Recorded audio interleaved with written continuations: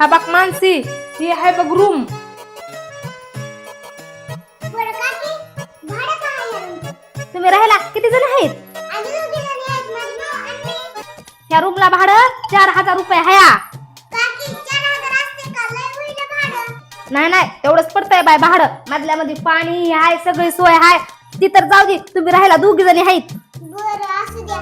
येते मग मी डायरेक्ट भाडंच न्यायला.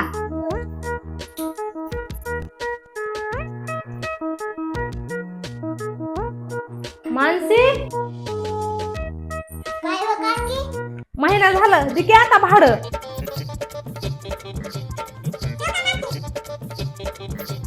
ए मानसी, भाडं तर 4000 ठरलंय, तुम्हाला 2000 कसे द्यायलीच? अहो काकी,